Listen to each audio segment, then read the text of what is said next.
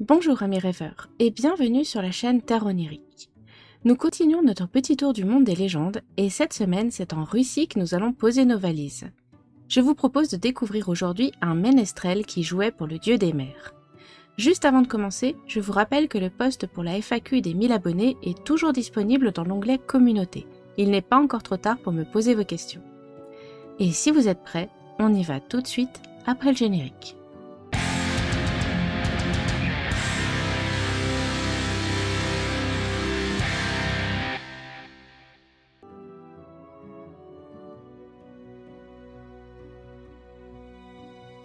Sadko était un ménestrel comme les autres. Il vivait à Novgorod, une grande ville au sud de Saint-Pétersbourg, sur les rives du lac Ilmen.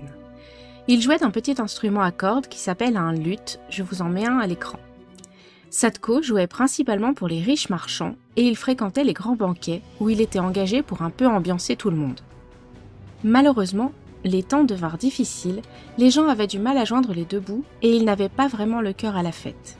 Même les riches n'avaient plus vraiment les moyens d'organiser de gros banquets et d'engager un ménestrel. Sadko était vraiment dans la misère.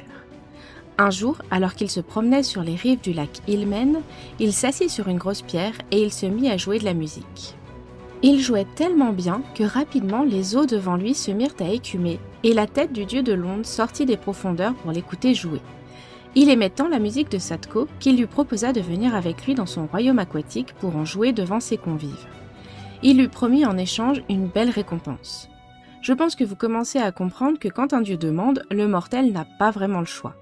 Ainsi, Sadko eut même pas le temps de répondre qu'il se retrouva dans l'immense palais de pierre blanche au fond de l'océan. Le dieu des mers était assis sur son trône devant lui et il attendait que Sadko joue pour lui. Le ménestrel prit donc son instrument et commença à jouer pour son hôte. Le dieu des mers était si enjoué qu'il se mit à danser et sauter en rythme. Le souci, c'est que plus il dansait, et plus les eaux autour de lui s'agitaient dangereusement. À la surface, l'eau écumait et les vagues hautes comme des collines se formaient, faisant sombrer les navires dans les profondeurs. Le dieu était infatigable et en redemandait toujours plus. Le pauvre Sadko, qui n'était qu'un humain, était si fatigué qu'il avait mal aux doigts à force de gratter ses cordes. Un vieil homme s'approcha doucement de lui et posa sa main sur son épaule. Il lui conseilla de casser les cordes de son instrument pour mettre fin à la danse du dieu des mers et ainsi pouvoir se reposer. Il lui dit également que sa récompense serait l'une des filles du dieu des mers comme épouse, mais il devait se hâter pour faire son choix. Le vieux lui conseilla d'attendre patiemment et de prendre la toute dernière fille de la file comme épouse.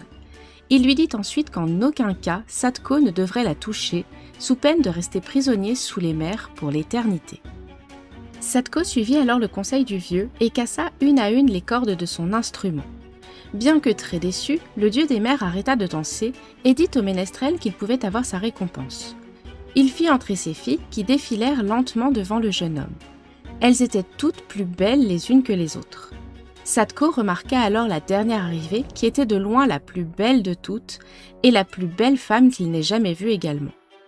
Il la prit pour épouse et un peu plus tard dans la nuit, quand il se retrouva au lit avec elle, il se souvint de la mise en garde du vieux et il se coucha en faisant bien attention de ne pas la toucher. Mais au cours de la nuit, en se retournant dans son lit pendant son sommeil, son pied effleura celui de la jeune fille. Sa peau était tellement glacée que Sadko se réveilla d'un bond. En regardant autour de lui, il vit qu'il était sur les rives du lac Ilmen et que son pied était dans les eaux glacées du lac. D'ailleurs, il boitera de ce pied pour le restant de sa vie. Sadko regarda autour de lui, pensant qu'il avait rêvé tout ceci.